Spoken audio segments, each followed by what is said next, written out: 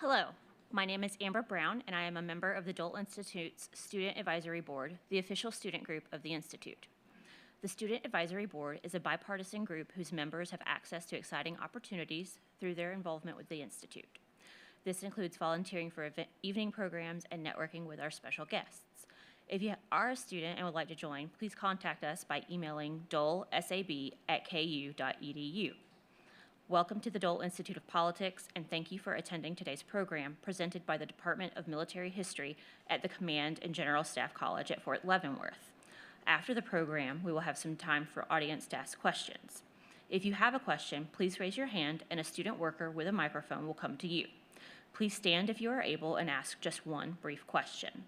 The Dole Institute's mission is to foster civil and respectful discussion around important and often difficult topics.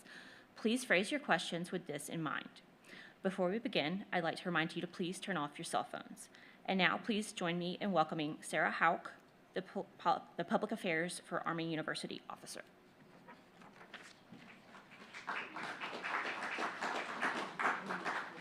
Good afternoon. It's a pleasure to be here in this wonderful institute and to introduce one of our esteemed professors down from the Command and General Staff College at Fort Leavenworth for the final Fort Leavenworth piece of this series for this year. So Ethan Rafuse received his PhD from the University of Missouri, Kansas City, and since 2004 has been a member of our faculty at the Command and General Staff College.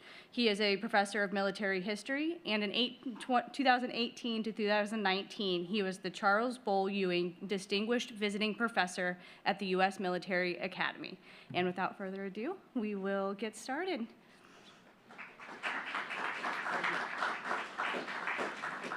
Can people hear me okay? Is this microphone working, or is this serving a purpose? I'll just go with the microphone here. All right. I'm here to talk about Augustus the Strong, the Elector of Saxony, and also the King of Poland and Grand Duke of Lithuania. I've been reminded by the department that before we do anything, I must give the disclaimer, which is these views do not reflect the views of the Department of Defense, Department of the Army, or the Commander General Staff College. Okay? Everybody's got that now? Okay, so now we can go on with the program. We're going to talk here about Augustus the Strong, who extremely interesting fellow. He was born in Dresden in Saxony in May of 1670. Saxony was was probably the most prominent of the Protestant states within the Holy Roman Empire at the time, and it was basically run by the Albertine branch of the House of Wettin. And when Augustus is born, they are on their third John George as the Elector of Saxony. The first one, if you studied the Battle of Breitenfeld, commanded the Saxon forces that were attacked and then retreated, and Gustavus Adolphus's Swedish forces had to rally in order to win the battle. And there's been a John George II, and they are on John George III in 1670, who is the father of Augustus. Now, Augustus is not destined to be the new Elector of Saxony. There is a John George IV, his older brother. Problems develop with his brother. John George III dies in September of 1691. John George IV is married off to the Dowager Margrave of Brandenburg-Ansbach in one of these political marriages. It also has a political purpose behind it, because John George IV has an incredible affection for Magdala Sibylla, who is rumored to be one of John George III's many illegitimate children. And this was not, the relationship developed, it was not smiled upon by the court, and so John George IV was encouraged to marry this dowager. He was not happy with the arrangement, and decides at one point the way to get out of the marriage is to try to stab Eleanor in order to marry Magdalene. Unfortunately, his younger brother Frederick Augustus stepped in the way and blocked the sword, but he ended up with a wound on his hand that would last the rest of his life. In 1694, John George and Magdalene decided to travel to Venice for carnival season. They contract smallpox together, and they die together in April 1694, whereupon the younger brother, Augustus, now becomes Frederick Augustus the First, the Elector of Saxony. Now again, traditionally, the Elector of Saxony had been viewed as one of the great champions of the Protestant Reformation. The Elector, great Elector, had sheltered Martin Luther, and under the Treaty of Augsburg, in which the prince of a region chooses its faith, Saxony had often been viewed as the leading Protestant state within the Holy Roman Empire. And of course, during the 30 Years' War, Saxony suffers terribly because it is in the crossroads between the Swedes coming in from the north and the Holy Roman Empire operating from the south. It becomes a battleground, and it suffers terribly in the 30 Years' War, and is finally beginning to recover when John George III becomes king, and by the time Frederick Augustus becomes the Elector of Saxony, it is recovered, and he is looking for further fields within which to expand his power and improve the prospects for his household. Now, one of the things he does, in part because he was not expected to inherit, when he was young, Augustus traveled around Europe frequently, and he spent a lot of time in France, in which he got to see the court of Louis XIV, who in many of the ways is setting a model of absolutist leadership that other crowns, other leaders in European states are trying to emulate and follow. And one of the things that influences Augustus in France is he sees the art and the culture in Paris and France and decides to try to bring that to Saxony itself. Under his leadership, he's a great patron of the arts. A huge art collection is gathered in Dresden, and Baroque palaces are constructed, and eventually, under his leadership, Dresden becomes known as the Florence of the Elbe, which is interesting because I was recently in the Florence of the Florence this summer visiting my daughter who attended under the Marist College abroad, and you can see I've got my little red fox tie on here. So if my daughter does watch this video, she'll know she's represented. Now, being the Elector of Saxony is fine, but then Augustus sees a broader prospect and broader opportunity to the east when the King of Poland, John III, passes in June of 1696. Saxony, as you can see, is a relatively small electorate. Poland and Lithuania, you can see, is much larger in terms of size. And so obviously the appeal of pursuing the crown of Poland and Lithuania would be obviously you'd gather a lot of raw materials. Saxony is a developing economy and needs raw materials to sustain its development, and obviously Poland and Lithuania could provide that. In addition, he is the Elector of Saxony, not the King of Saxony, and it would do a lot of prestige for the House of Wettin if they actually had a crown, and if it could become a hereditary crown, then that would definitely expand the influence of the family and be a great legacy that Augustus could pass on. And seeing, in some ways, perhaps, maybe even replicating the Louis XIV model and turning Poland into sort of a France of Eastern Europe. There is a bit of a problem with this. While the absolutist model of the king and the centralization of power takes place in France and in Western Europe, Poland is a totally different situation. Indeed, after you've heard me describe the Polish situation, you'll wonder why anybody wanted to be the king of Poland. The king of Poland is elected because power in Poland, and see Poland, how large Poland and Lithuania is, power in Poland and Lithuania actually rests with the local aristocracy. And they have something called the Polish Diet, in which they elect their king. The king is not passed on hereditary the way it is in Western Europe or the way it is in Saxony. And the local estates tend to guard their influence very, very jealously. And they have something in the Polish Diet called the liberum veto, which means any measure that is proposed, any single member can veto it, say, I object to it, and the measure can't pass, which makes it very difficult to raise an army, to maintain an army, or for a king to develop the kind of bureaucracy necessary in order to execute his rule over so large a space. And so consequently, Poland is a very complicated place to run. But Augustus decides he wants to be the king of Poland and see if perhaps he can remodel Poland into a model of the kind of absolutist state that he saw Louis XIV exercise in France. The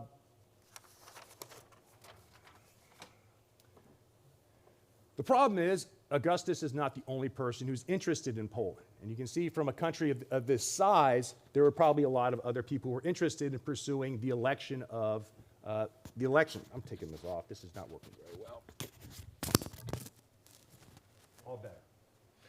Okay, so you can see why others in Europe, the Holy Roman Empire, the Habsburgs, the French, and other states in Europe would be interested and concerned about this part of Europe and put forward their candidates for the crown.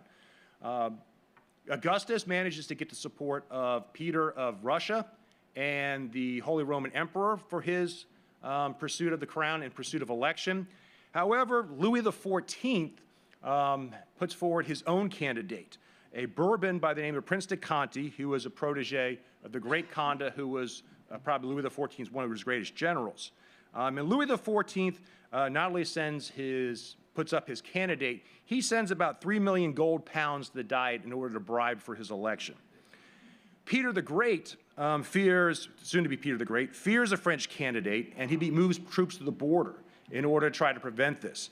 And he looks at Augustus as a potential candidate who would be much more influential and much more in Russia's influence than would in a French candidate. Complicated problem. You would think. Augustus is, of course, from Saxony, which is very much a Protestant state and very proud of its Protestant leadership, and Poland is a Catholic country. Not a problem for Augustus. He converts. And his conversion, however, he converts, but Louis's dollars managed to get the Diet to elect his candidate. And the Prince of Conde is told, you've won the election, a French squadron will accompany you to Poland, and the prince, who really doesn't want to go to Poland because he'd rather stay in France, gets on the boat and leaves. Now, as he's en route to Danzig, Augustus decides to take his Saxon army, march into Poland, and manages to convince the Polish Diet to change its mind and elect him as the new king of Poland.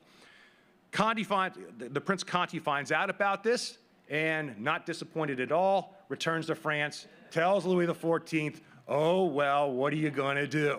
And so Augustus is going to be the king of Warsaw, but he's going to do so as a geo-bachelor because his wife, the Electress Christiane, is not going to convert to Catholicism. She will stay very much a Protestant, and she will refuse to accompany Augustus to Warsaw, where he's going to serve as king. But don't worry about Augustus, his geo-bachelor situation. He will not be lonely, and we'll get to that in a bit. Now, when Augustus is crowned in 1697, at the time, Poland is engaged in what is called the Great Turkish War, the War of the Holy League. In 1683, the Ottoman Empire had attacked the Habsburgs, and the Pope decided to organize a league to defeat them. And this league consisted of Venice, Russia, Hungary, and the Holy Roman Empire, and Poland as well. And this is really the first instance of Russia making an alliance with the Western European powers. And it's going to overlap with the 9 Years' War, War of League of Augsburg in Europe. And the highlight of this war, of course, in 1683 is when the Ottomans attack. They attack towards Vienna, and the Polish crown under John III Sobieski, rides with his Polish cavalry to the rescue of Vienna, saves Vienna from the Turks, and this is the big turning point in the war because that was kind of the Turks' only real offensive action, and consequently, they save Vienna. And in the campaigns that go on in the aftermath of this, There is the Azov campaigns in the Black Sea and the Battle of Zetina in 1697. By the time Augustus becomes the king of Poland, the war, they're already engaged in negotiations. The Turks are suffering conflict at home. The Janissaries who support the Sultan are revolting. And the situation, they're already trying to negotiate a settlement when Augustus is crowned. But Augustus looks at the settlements developing, and it's developing to a certain extent to a, the situation at the beginning of the war will just be satisfied with restoring that in a peace. Augustus does not like this idea. One, he sees a military campaign and success as a way to bolster his support inside of Poland and gain support from the people who opposed him. In addition, he sees as an opportunity to regain territories for the Polish-Lithuanian Commonwealth that had been lost in 1672. So Augustus decides to undertake a military campaign against the Turks. He does so even though, after meeting with Peter of Russia, Peter is not too enthusiastic about this. Peter is trying to conduct his own operations against the Turks with an eye on gaining access to the Black Sea. But still, Peter is kind of inclined towards not seeing Augustus and the Poles expanding their power in this region. And so he tells Augustus, I'm not going to support this effort. But Augustus ignores this. He convenes a council of war and decides to conduct a campaign in which to try to conquer some territory in Moldova. The problem is, by the time Augustus is trying to manage and put together this coalition, the Turks get wind of the plan to conduct this operation, and they launch a preemptive attack. They move into the region, they gather slaves, they gather information, and the Polish forces move down there and establish a position. In 1697, the Turks attack it, and they're able to fight it off before Augustus is able to arrive with his Saxon army. Now, once he arrives with the Saxon army, that's when real problems develop. The Turks are defeated, they're retreating, but the Poles and the Saxons cannot get along with each other. The Poles do not like their outside king. They don't like these Protestant Saxons coming in. The Saxons don't really respect the Poles a great deal because while the Saxons have been developing their military along the lines, the post-1648 lines where they built a state army, a standing army that's drilled and disciplined, Poland, because of its decentralized political system, cannot move in that direction and develop a good, rigorous, disciplined standing army. So there's all kind of conflicts between the Poles and the Saxons. The Poles don't feel the Saxons respect them. The Saxons don't see any reason to respect the Poles because they're not developing a modern army the way they do. And it almost gets to the point where the Poles and the Saxons end up fighting each other until they actually have to have negotiations and work out a settlement in which the Poles and Saxons agree not to fight with each other. And they reach a settlement, and finally this war ends with the Treaty of Karlowitz in 1699, in which Poland acquires some territory. However, the fact that Augustus does not have a happy Poland is made clear in the course of this war. And the war does nothing to whet Augustus's and kind of reinforces in Augustus's mind the idea that he needs to do something militarily, have some kind of military and diplomatic success in order to consolidate his position in Poland and gain the sort of authority he hopes to, so he can develop a modern army, a modern Poland, and also turn it from an elected kingship to one that's hereditary. So this is his objective, and if he couldn't achieve it against the Turks, another target emerges in 1697 when the King of Sweden dies, Charles XI dies, and passes the crown on to his 14-year-old son, Charles XII. And these individuals here see an opportunity. The individual in the upper right, that's Charles XII of Sweden. Then you have Frederick IV of Denmark, who also happens to be first cousins with Charles XII, who also happens to be first cousins with Augustus the Strong. So it's a cousins' war. In addition, seeing an opportunity, you have Russia's Peter, who has been traveling around Europe, and he's been moving to try to develop Russia into a more westernized society. The most famous instance, of course, is his requiring people to shave off their Russian beards, which produces great resistance, which he crushes ruthlessly. And Peter also spends a lot of time traveling in Holland, in Great Britain, seeing ships being built, and wants to build a big navy and wants to make Russia a naval power. Russia's problem is, if it wants to be a naval power, it does not have access to the Baltic Sea because of the Swedish Empire there. And so Peter has looked towards war with the Turks to try to gain access to the Black Sea so his navy can be based there. Of course, he's got up near what's now where Murmansk and Archangel is, but of course that's frozen most of the time.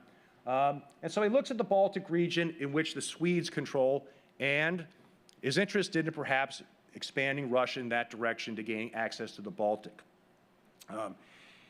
In addition, you've got a situation where the Protestants in Livonia, which is south of Estonia, they are not too happy with Charles XII and Swedish rule. And they see in the transition from Charles XI to Charles XII an opportunity to increase their own power. And so an enterprising noble by the name of Johann von Putko decides in October 1698 to visit Warsaw and talk to Augustus about possibly joining a war against Charles XII, against Sweden, in order to liberate Livonia and liberate the Baltic region and enable and reduce the power of Sweden. Augustus sees in this a potential opportunity, again, to increase the prestige of his household and possibly increase his power within Poland in line with his domestic objectives. He responds favorably to Patkul's proposals, and he also appreciates Patkul's detailed report on the fortifications at Riga, which is one of the main points here on the coast. And this takes place as Peter and Augustus have been talking as well. Peter, up until 1698, was on one of his grand tours of Western Europe, and on his way back to Russia, he decides to stop in Warsaw and visit Dresden and meet with Augustus. Augustus basically rolls out the red carpet for him. He is a very generous host and shows him all the great artworks that are being done in Dresden. And Peter is suitably impressed and enthralled with Augustus and impressed with Augustus physically and personally. Augustus is about 5'9", physically strong, robust guy, very handsome, very vigorous, and a great host for his guests. And sometimes his hosting enthusiasm goes overboard. He's got a sense of humor, okay? And one of the things he does while Peter is there, he hands him this lovely box with a beautiful woman on it. And then when Peter is looking at it, a spring releases, and the pretty picture of the woman goes away, and it's a picture of that pretty woman in the thralls of, how can I say this in a family thing? Okay, but you got the point, right? Augustus is a huge entertainer. He loves having a good time, and he rolls out the red carpet banquets and all kinds of artworks, and Peter just really likes him. And he goes back to Russia, and as Patkul is doing this mission, Augustus reached out to Peter and says, there's this opportunity here in Sweden along the Baltic. Would you be interested? And Augustus and Peter decided to meet at Rawa, Poland for 4 days. Ostensibly, Augustus is inviting Peter to review Saxon infantry. You'd watch their drills, watch their training, look at their discipline, because Peter is interested in studying Western armies and Western navies. For 4 days, in addition to doing this, they have a just blast of a party there. And what they talk about in the course of the serious part of it is possibly going to war with Sweden. And so Patkul is able to get these two people interested in his proposal to try to attack Sweden in 1700. In addition, Patkul has been to Denmark as well and talked to Frederick IV. Frederick IV makes contact with Augustus, and the two of them decide that, you know what, I think we will go to war against Charles XII. They meet in, excuse me.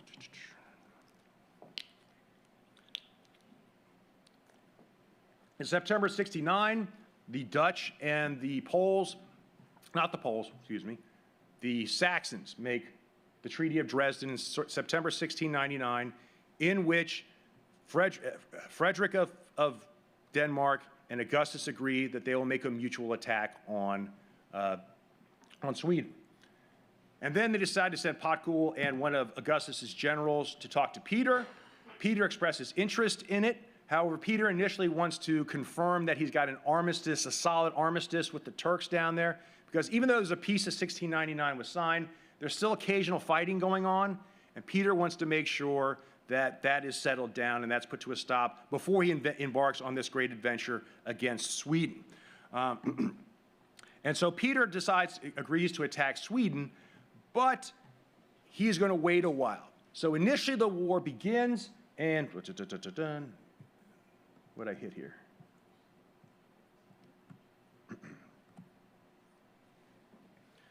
And so Peter, while he's negotiating with the Turks, Frederick and Augustus go ahead and they attack the Swedish positions. Frederick is interested in securing some territories that are south of Denmark and Holstein, and Augustus's interest is in capturing Swedish Livonia and making that part of Poland, adding that Protestant region, thinking that that Protestant region with Johann Potkul's support will become a support for him as he tries to strengthen himself inside of Poland. So the two sides launch pretty much simultaneous attacks in February 1700. Augustus marches his armies into the Baltic region and begins to conduct a siege of Riga. Meanwhile, Frederick decides to campaign south and try to capture Holstein. And Charles is facing these attacks on two sides. They figure he's a teenager, he's kind of eccentric, and this should be a relatively easy victory because we'll quickly take advantage of the initiative, seize these positions, and basically create a fait accompli. Unfortunately, Charles turns out to be a really, really good military commander. And he makes the decision, okay, I'm being attacked in two regions. I will deal with the one closest to me, and I will deal with the Danes first. What happens is once the Danish army moves south into Holstein, they begin conducting siege operations there. Charles is able to convince the British and Anglo-Dutch fleet to support his efforts, in part because there's great concern at this time because the King of Spain is sick at this point. And the next in line to be the King of Spain is the grandson of Louis XIV of France, and the British and the Dutch are worried about what's going to happen when he dies, and so it would be good to have an ally in Sweden in that event, so they agreed to provide a fleet to support Charles's effort. Again, when Frederick goes south towards Holstein, the Anglo-Dutch fleet and Charles's forces attack Copenhagen directly. Frederick is forced to retreat quickly back there, but by the time he gets there, his military forces have no chance in saving their capital, and Frederick decides to sign the Treaty of Karlowitz in August of 1700. So Frederick and Denmark are knocked out of the war immediately. Then Charles decides, okay, now I'm going to go fight in the Baltic region. By this time, Peter has gotten his armistice with the Turks and has begun to conduct offensive operations against the town of Narva along the Baltic. Again, here's Narva up here, here's Riga, here's the operation here that took place in Denmark.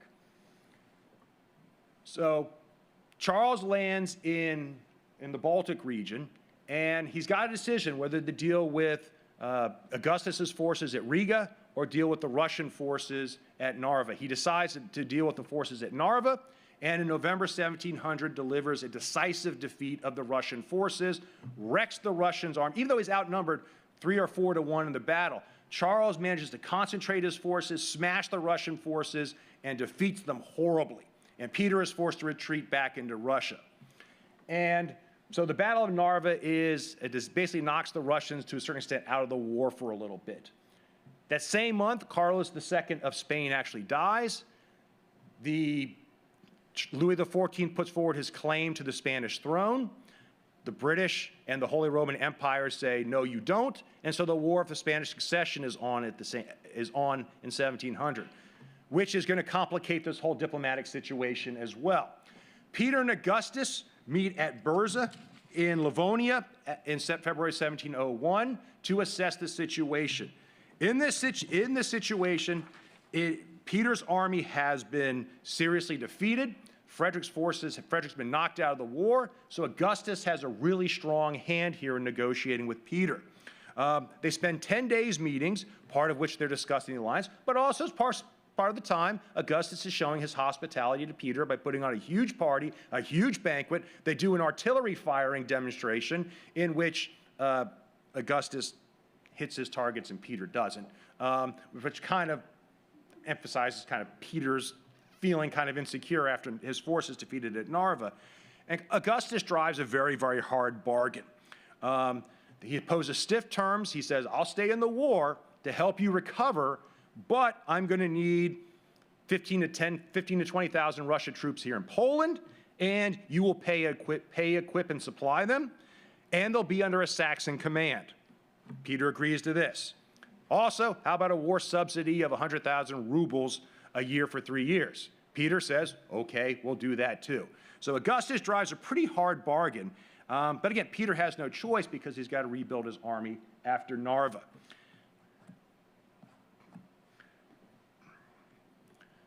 Of course, Charles XII has other ideas.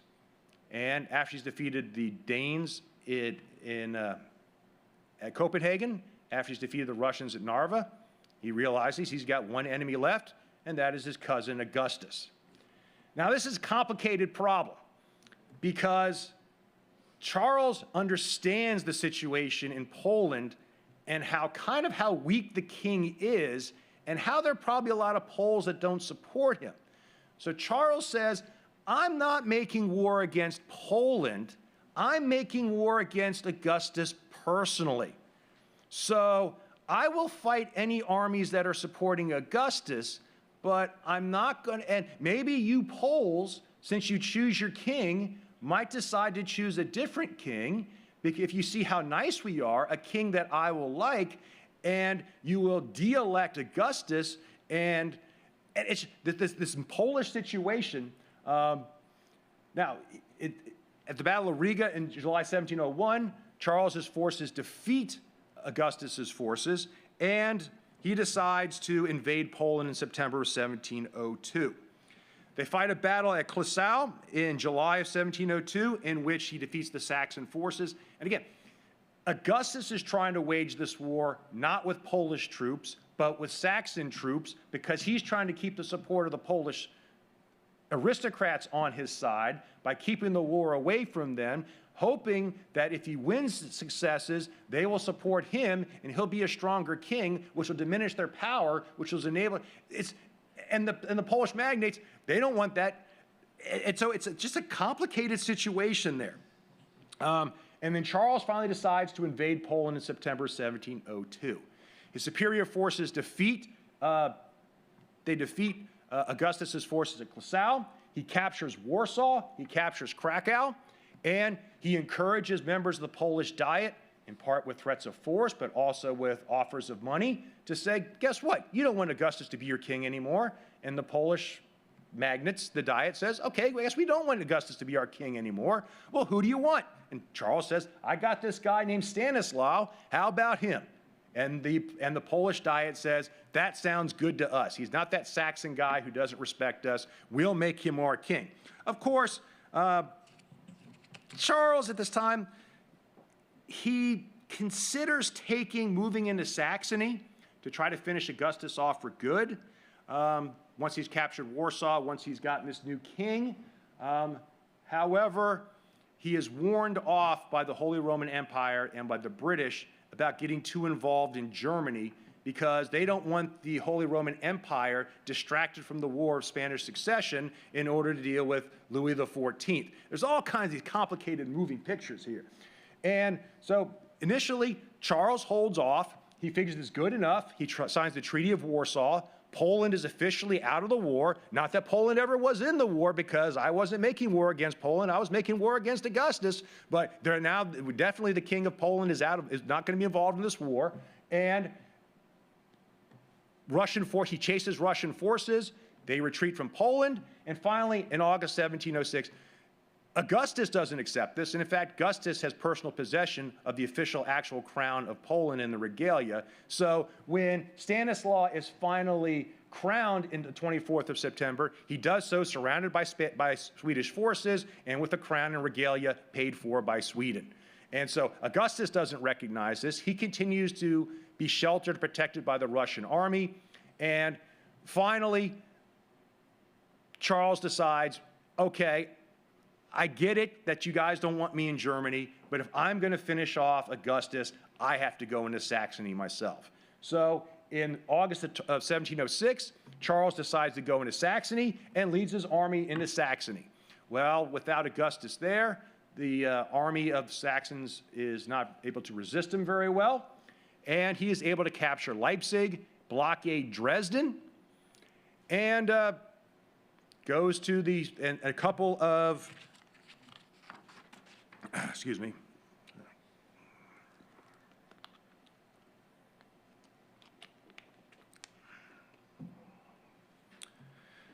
The Saxon council that's left behind in Dresden and Leipzig decides to negotiate with Charles. And they're kind of, even though Augustus is with the Russian army who's providing shelter and conducting operations with them, he is in communication with Saxony, and he's kind of saying it's okay if you guys negotiate with him, depending on what the terms are going to be. So the Swedish council, the Saxon council, sorry about that, they decide not to resist. Many of the Saxons themselves, I mean, we talked about the Electress of Saxony didn't support her husband's Polish expedition. And so a lot of Saxons are a little tired of sending their forces into Poland, doing all these things, paying taxes in order to support this effort in Poland. So they're getting a little tired with this Polish adventure, and consequently, the council in Dresden decides to make peace with Charles XII. At the town of Aldenstraat, they negotiate this treaty. The Swedish council does, the Saxon council negotiates with Charles. Aldenradstadt is just outside of Leipzig, and that's the castle that he's occupying. And the Saxon council negotiates this treaty in which Saxony will leave the war, but Augustus will still be the Elector of Saxony. They send this message to Augustus saying, okay, this is what we negotiated. Augustus gets the message as he and a Russian army are facing a smaller Swedish force outside of Kalisz. Augustus decides he's going to accept the terms because they let him stay as king of Saxony, and he's willing to give up the crown of Poland. However, the battle is fought at Kalisz. He sends a message to the Swedish commander, telling them, "Hey, we're out here, but don't worry too much. We're not, I'm getting ready to go back." He just said, "I'm getting ready to go back to Saxony," but he says, "You guys might want to back off a bit because I'm not really going to conduct operations against you." And the Swedish commander doesn't believe it, so they fight a battle in which the Swedes lose, and Charles XII is upset. And so basically Augustus decides he's got to return to Saxony, meet with Charles personally, explain and apologize, and say, "We will accept your terms, and as long as I can stay king of Saxony." The Elector of Saxony. And Charles accepts this.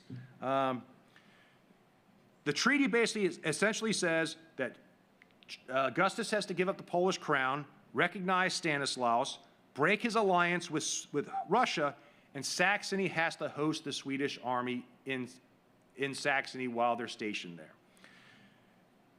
When Augustus arrives, he ratifies he's already by letter ratified the treaty, and he's got to apologize for Kalisz, and he returns to Saxony in November 1706 and meets up with his cousin.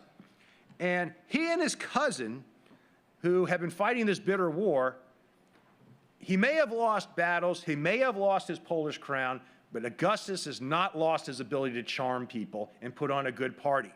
And he and Charles have surprised each other by how much of a good time they have together at Altenradstadt during the winter of 1706. Instead, Charles himself, who's a rather dour and serious fellow, writes letters home saying, "I'm having a jolly and amusing time with my cousin here. We're getting along. This is fantastic. He's out of the war. Everything's looking good for us." And he's promised to turn over Potkul, the guy who arranged this whole war, to have him executed. And eventually Potkul is is turned over, and he is killed. He's what's called broken at the wheel for his execution, meaning he is put on this wheel, they break his bones, and then he finally begs to have his head cut off, and they accommodate him that way. But the gruesomeness of this execution gets circulated all throughout Europe and diminishes a lot of the sympathy that people have for Charles XII in this war.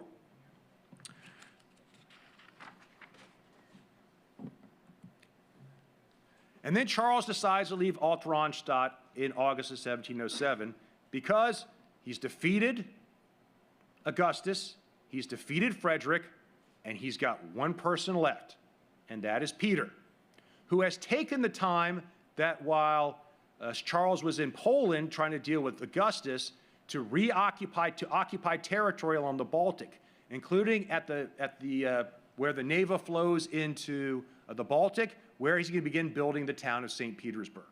Okay, and he's been trying to recover, and Peter's army's been recovering, and Charles decides that I have to go after Peter the Great directly, and decides to lead the Swedish army into Russia. First, they got to pass through Lithuania, which is huge. Then they cross the border from Lithuania into Russia.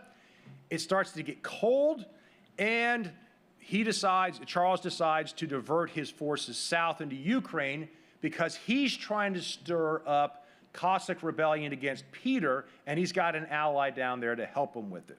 He moves into Ukraine. Peter moves down there as well, and eventually they fight the Battle of Poltava, in which Charles's army is defeated at the battle. But worse, when they're retreating from the battle, they come to the river that separates Russia from the Ottoman Empire.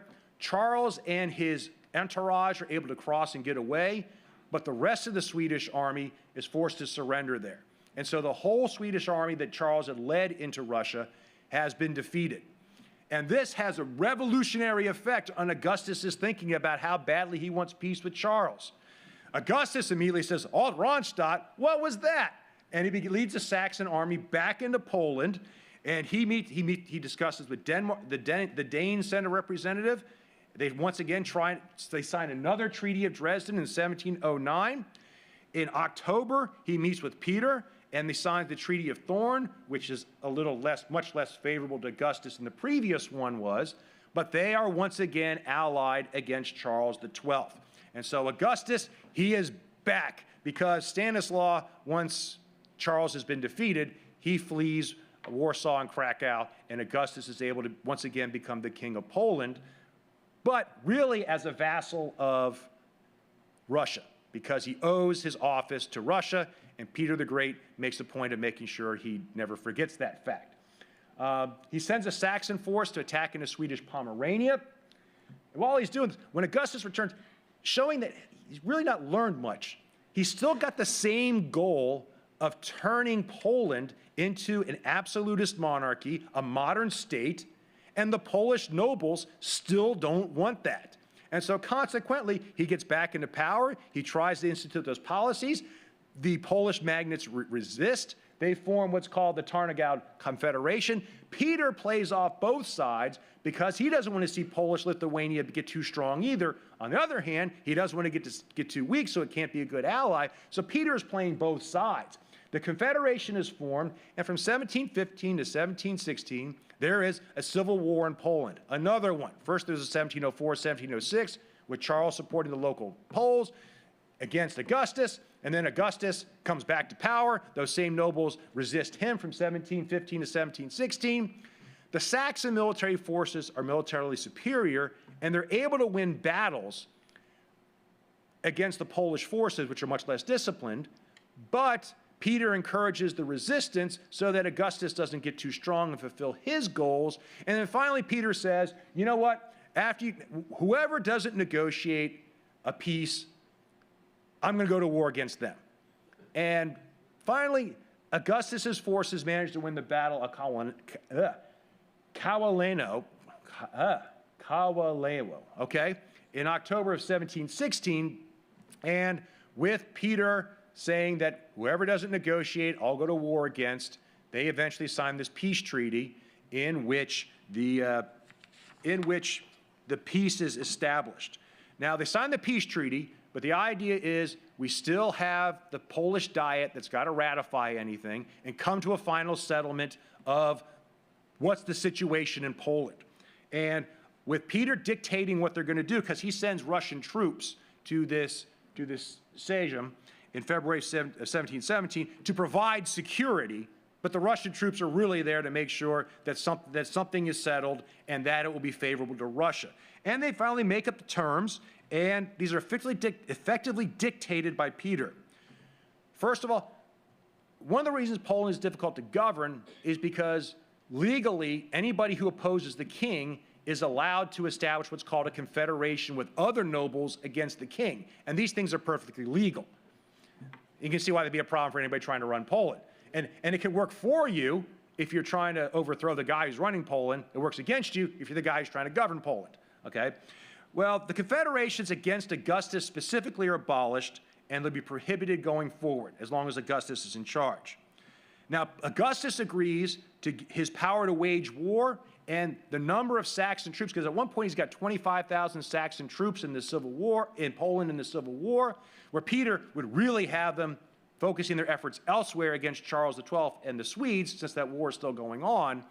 But the argument, they make the decision that it's to significantly limit the number of Saxon troops inside of Poland itself, so that they can be used for operations elsewhere. Saxony and Poland agree not to intervene in each other's internal affairs, which, if they have the same king and elector, you know, how's that going to work? But they agreed to not do that. Protestant rights are curtailed. The liberum veto, in which any Polish noble can veto any actions by the central government, is maintained. And Augustus agrees to this, and the Polish nobles agree he will be their king, but he will be a very limited king, and whatever ambitions he has for turning the Polish-Lithuanian Commonwealth into a House of Wettin monarchy with a strong state and military, they've basically given up on this. And since it all takes place under Peter the Great's supervision, Augustus makes his agreements knowing that Peter wants this. The Polish nobles do this knowing that Peter wants this to reinforce the point. Peter's got troops inside of Poland. This effectively means that Poland and Lithuania is going to be an independent commonwealth, really in name only, and they're really going to be a vassal state of Russia. And as I said, the war continues, 1713 to 1721. The War of the Spanish Succession in 1713 ends with the Treaty of Utrecht. But Charles, you know, he's still determined to wage war, and after 5 years in the Ottoman, as the guest of the Ottomans, he leaves and finally makes his way back to Sweden and decides to continue the war against Russia and against Poland and against Denmark. The problem is not only making war against them, because with the War of the Spanish Succession over, other European powers take an interest in the Great Northern War. One of those, of course, is Brandenburg, Prussia, which, when Augustus becomes the Elector of Saxony, the power balance between Brandenburg, Prussia is very much a backwards, small power, while Saxony is much stronger. But the balance of power as a consequence of what's happened to Augustus has been shifting towards Brandenburg, Prussia, also because of the leadership of the Hohenzollern family. Well, in 1715, they see an opportunity. They join the war, an opportunity to seize Swedish Pomerania, and with the assistance of the Saxons, so Brandenburg, Prussia enters the war. 1714, the House of Hanover decides to get involved in this war because they think they can seize some Swedish territories and gain access to the North Sea. Now, this may not be whatever the House of Hanover wouldn't have mattered in 1700. It matters after 1714 because the House of Hanover has become the royal family of Great Britain with George I, unifying the House of Hanover in the United Kingdom. They declare war on Sweden. Again, they had helped Sweden initially in the war against Denmark, but now they see an opportunity for their Hanover territories to get access to the North Sea, so they declare war on Sweden in 1717. Charles continues to conduct his operations. There's Norwegian campaigns. He is killed in November 1718 at a siege at Fredrikstad, and after this, both sides really begin looking for an opportunity to end the war. In July 1720, Sweden and Denmark make peace. In Stockholm in 1719, dates are out there, Brandenburg, Prussia makes peace, having acquired Swedish Pomerania. Hanover in the United Kingdom make peace in the Treaty of Stockholm with Sweden. Hanover gets access to the North Sea. Russia and Sweden make peace in the Treaty of Nystad, which results in Russia securing the location of St. Petersburg and also acquiring what's now Estonia and Livonia region. So Peter is really the big winner of this war. Of course, not mentioned up here is Poland or Saxony making peace. They don't make peace, at least they don't sign a formal treaty. They do, however, come to an agreement with the Swedes that they will return the situation to what it was when the war began. So Poland and Saxony, Augustus is going to get nothing out of this war for all the headaches it caused him. I know, it's quite fun, okay? After the war, he is, however, going to live until 1733.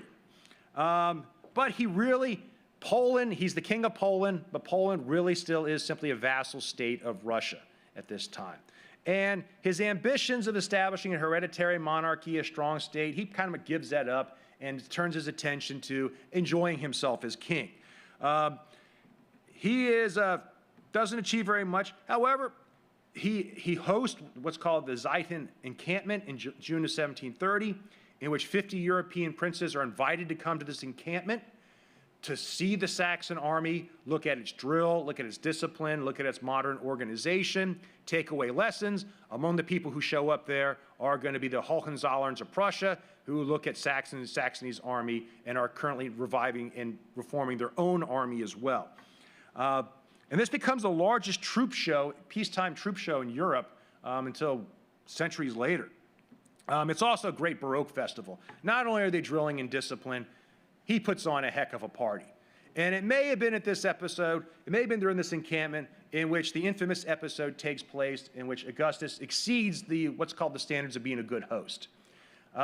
Frederick William of Prussia attends, visits with his son, Frederick, who's going to be Frederick the Great in tow. And Augustus hosts them in his castle. He takes them to the castle, showing them the great art that he's assembled at the Florence of the Elbe, and then mischievously takes them into a room, and there's this huge piece of furniture surrounded by cloth, and it's a poster bed. And then he triggers something. The curtains come down, and there's a naked woman there for Frederick William and his son. Now, Frederick William declines in a huff, and Augustus apologizes, and that night he sends the woman up to Frederick, the teenager's room, and Frederick, women really aren't his thing, but for the sake of diplomacy, for the sake of good relations, and for the sake of Prussia's future, Frederick is a good guest. Okay. But that's not all of Augustus. He'll die in February 1733. He'll be buried with his heart in Dresden and his body in Krakow. He continues to sponsor these lavish court balls, gatherings, games, garden festivals, and he gets his nickname Augustus the Strong.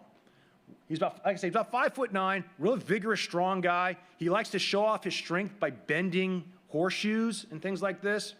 And he also shows off his strength by fathering a lot of illegitimate children. By one estimate, he had about 350 of these. Oh, what, geez, okay. All right.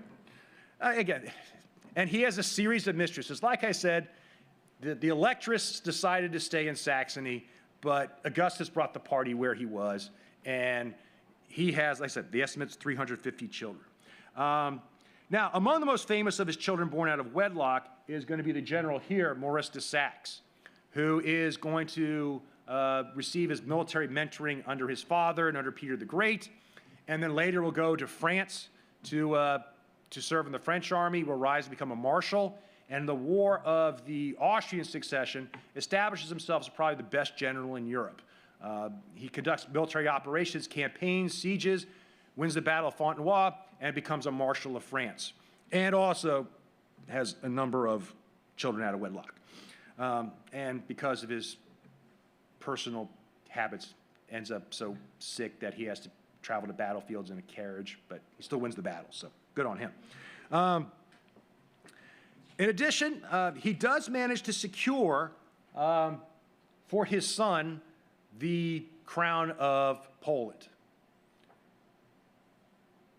But being Poland, a number of nobles object, and they rally around Stanislaw I, the guy who had briefly served when Augustus was kicked out by Charles, and there is a war of the Polish succession, which to a large extent is a proxy war between the Holy Roman Emperor, who is supporting Augustus and supporting Frederick Augustus II, and the French, who are supporting Stanislaus.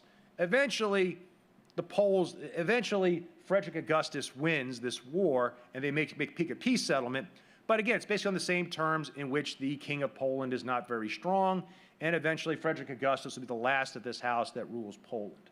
And he's going to rule until 1763, by which time the balance of power or strength between the Saxony and Prussia has clearly shifted to the Prussian side, as demonstrated by the 7 Years' War, in which much of Saxony is a battlefield for the Prussians in their wars against Austria. So this is Augustus II as a wartime leader. Not as happy a story as some of the others you've studied in this series, but I'll be glad to answer some questions here. And as I said, there's something about this tie here. One of the things Augustus becomes famous for is he hosts a huge party in Dresden in which the central activity is fox tossing. And this is one area where Augustus gets to show his strength. Now, the way it works, you are kind of in an enclosed area, all right? Kind of like a hockey rink. You know, you got boards up around. And what happens at one end, they'll release the animals. And what will happen is you'll have people standing on either side. And each of them are holding an end of a leather strap or a leather net like this. And the idea is, when the animals come running down the middle of this area, on this side and this side, you try to time it that you and your partner pull the strap just as the animal is running over it, so you can see how far you throw it into the air. And the most famous of these, 647 foxes are tossed, 533 hares, 34 badgers. And then it gets really interesting because they get 21 wildcats. And the wildcats, you know, they're a little bit more aggressive in this. But Augustus was famous because he would have his two strongest men holding one end of the strap, and he would hold it with one finger, and he would be able to participate in the game. I got to presume a lot of alcohol was involved in this. But again, these views do not represent the Army, the Department of Defense, or the Command and General Staff College. All right, any questions? Thank you very much.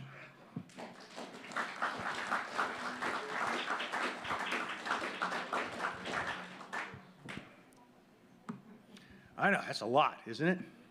It's a fascinating war. It's just, and again, the ultimate result of it, again, Peter is stronger, Sweden is weakened, and Augustus basically is stuck where he was when it began. I don't know if I'd done this on Peter, this would have been a good, successful story, right? If done on Charles, it wouldn't have been so much. Augustus, but hey, he's an entertaining guy. So that's why I chose to do Augustus instead of those other two. Questions? Yes. Okay, I think you need to get the mic. You mentioned a couple times these various leaders wanting to modernize their army. What did that mean at that time in terms of technology and command structure? Excellent question. The big experience for Saxony and Europe in the early 1600s was the 30 Years' War, from 1618 to 1648. It devastated Saxony. because it was a place that armies marched up and down, over and over. And these armies were largely composed of mercenaries who were hired for the war and then, released when the war is over. And these mercenary armies were not very well disciplined. They got out of control. They were fighting for, and I just explain to students, they're fighting for the all-encompassing term booty, okay? Which includes everything that you can consider booty. And they're marauding back and forth. They lived off the land. They stole from local villages, just destroyed the economy. I think half of Saxony's population died as a result of the 30 Years' War because famine, there was no order. And so after 1648, you get the Treaty of Westphalia, which is notable because we talk about the Westphalian system, the state system. And one of the big things the states are told to do is get your armies under control. So instead of relying on mercenaries, and here Louis XIV provides the pioneering way of doing this, they will have permanent standing armies that will be drilled and disciplined and constantly drilled and disciplined in peacetime, as opposed to mercenaries who are released to do God knows what in peacetime. But they were subject to the state, subject to the discipline of the state, so they could be controlled, they could be disciplined, they could be predicted. And so they'd be what are called regular armies. And so in peace, and again, in Saxony follows this model. And that's the sort of the model that the House of Wettin has for Saxony. They're an electorate, they're not a kingship, but they inherit their status, they inherit their kingship, and they want to build a modern army that can be an agent of the king in maintaining order domestically and also engaging in wars, foreign wars if necessary. Again, the problem in Poland, because Poland is so decentralized, they can't develop those kind of institutions, that kind of modern. In terms of weapons, it's pretty much all the same weapons. It's the basic flintlock weapons, the matchlock and flintlock weapons that were developed, smoothbore weapons, 3 times a minute. And the advantage of these state armies is they do the drill and the discipline necessary to make these weapons effective. Whereas in Poland, it's a much more decentralized way of war. They're much less disciplined, much less effective with the weapons and infantry. Now in cavalry, the Polish army is very, very effective because the local organization, cavalry's trade, infantry provides discipline, but it's not as dynamic or fast moving, right? And that's kind of the trade-off. The discipline slows you down. So Poland is famous for its cavalry, but its infantry is not very effective because it doesn't have this kind of modernizing state-controlled system the way that Louis XIV pioneers and other countries, other states in Europe try to follow his lead. And that's kind of what influences Augustus and what he thinks of an army. Again, one of the great exemplars of the type of warfare that's going to be fought will be the army of Louis XV, whose armies are commanded by Maurice de Saxe, who is the son of Augustus of Poland and Saxony. Again, there's so many cool connections here. Yeah. I would like to mention that we have about 5 minutes left, so if you could keep your question brief, that'd be greatly appreciated. Thank you. And if you want it more cool, Louis XIV is married to the daughter of Stanislaw I, who was Augustus's rival in Poland. There's all these connections, because the big settlement is Augustus gets Poland, and Stanislaw is allowed to have a couple of provinces of his own. But he stays within the nobility of Europe, and the nobility of Europe, as indicated by how these guys are cousins, is all intertwined and intermarried. And so, like I said, Charles could be at war with Augustus, and one of the reasons he makes war with Augustus, rather than try to reach a peace settlement with them after he defeats Peter, because I know Augustus, I can't trust him. I'll make peace with them, then I go after Peter, and then he'll re-enter the war because Peter will pay him some money, and then I'll just start the problem. I have to deal with those problems all over again. Yes, ma'am. So in the Saxon region today, how do they see Augustus the Strong? And as kind of a crazy question, did he have a large porcelain collection? Yes. He pushes the development. That's one of his again, wartime leaders. He's very much remembered in Dresden as the patron of the arts, the patron of culture, the building of these Baroque castles, putting on these big parties. Yeah, he's considered, he's Augustus of Saxony. His Polish thing didn't work out so well, and probably he shouldn't have been messing around with that. And his wife, the Electress becomes very, very popular in Saxony because she refuses to convert to Catholicism, and she refuses to go along with the Polish adventure.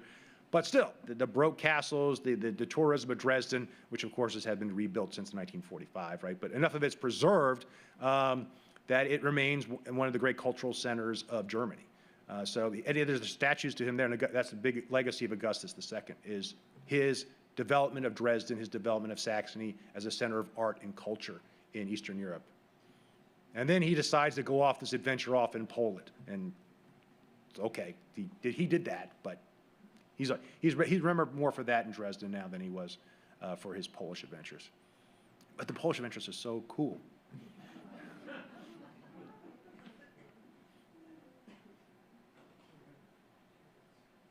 What's that? 350 kids? 350 children. Again, he recognizes about 8 of them, and Maurice of Saxe is one of them. Not as his legitimate son, but I recognize you, and therefore you will have a place in my court.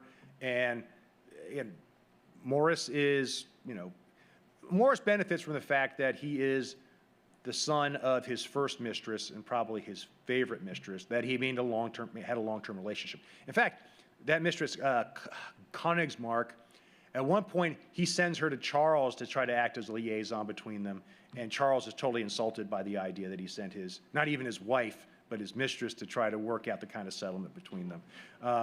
But again, it was accepted that these kings were going to have mistress, and it's better than what his brother's situation was, where his mistress was probably his half-sister, and then they got to marry off and all that stuff.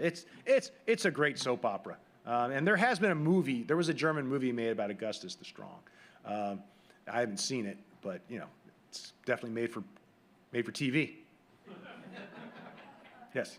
So, some of the sources that I've read said that Charles spent too much time in Poland, gave Russia the time to recoup its army and come back.